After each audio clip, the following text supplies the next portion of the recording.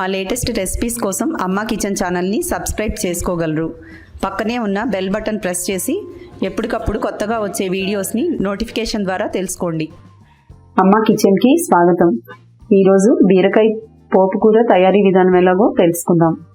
కావలసిన పదార్థాలు: బీరకాయ కేజీ, శుభ్రంగా కడుక్కుని పైన పొట్టు తీసుకుని ఈ విధంగా చిన్న చిన్న ముక్కలుగా చేసుకోవాలి. 1 టేబుల్ స్పూన్ మినపప్పు, 1 టీ స్పూన్ జీలకర్ర, 1 టీ స్పూన్ ఆవాలు, చిటికెడు పసుపు, రుచికి సరిపడా ఉప్పు, 2 పచ్చిమిరపకాయలు, 2 ఎండుమిరపకాయలు, 3 టేబుల్ స్పూన్ల నూనె, కరివేపాకు రెబ్బలు 10. కావలసిన పదార్థాలు చూసారు కదా. తయారీ విధానం ఎలాగో తెలుసుకుందాం. స్టవ్ ఆన్ చేసుకుని ఒక ప్యాన్ పెట్టుకుందాం. ప్యాన్ వేడెక్కాక 3 టేబుల్ స్పూన్ల నూనె వేసుకోవాలి.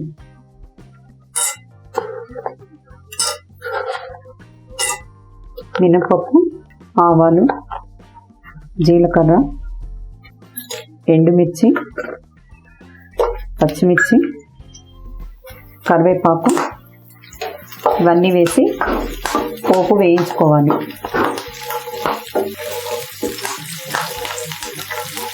పోపుని మధ్య మధ్యలో కలుపుకుంటూ ఉండాలి. పోపు వేగింది కదా, దీనిలో బీరకాయ ముక్కలు వేసుకోవాలి. దీంట్లో చిటికెడు పసుపు వేసుకోవాలి. తగినంత ఉప్పు వేసుకోవాలి. ఇవన్నీ వేసుకున్నాక బాగా కలుపుకొని ఉప్పు పసుపు అంతా కలిసేటట్టు కలుపుకొని మూత పెట్టుకోవాలి. మూత పెట్టుకొని మీడియం ఫ్లేమ్లో పెట్టి మధ్య మధ్యలో కలుపుకుంటూ ఉండాలి.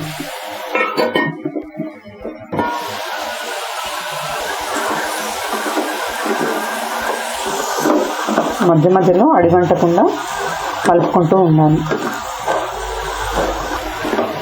బీరకాయలు కొన్ని చేదు బీరకాయలు కూడా వస్తాయండి. బీరకాయలు తొక్కు తీసాక ముక్కలు తరిగే ముందు చేదు చూసుకుని ముక్కలు కోసుకోవాలి.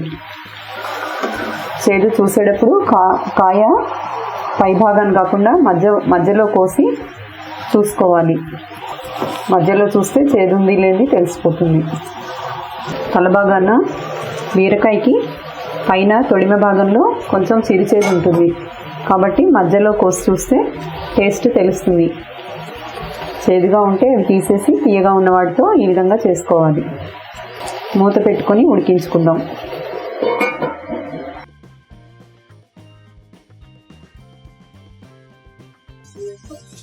చూసారు కదా, కూర ముక్కలు బాగా ఉడికిపోయేవి.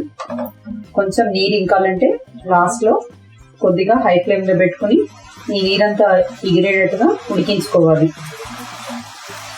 హై ఫ్లేమ్లో ఒక 2 to 3 minutes పెడితే ఈ నీరంతా ఇంకిపోతుంది. మూత పెట్టాల్సిన అవసరం లేదు. చూసారు కదా, బీరకాయ కూరలో నీరంతా ఎగిరిపోయింది. స్టవ్ ఆఫ్ చేసుకుని ఒక సర్వింగ్ ప్లేట్లోకి తీసుకుందాం.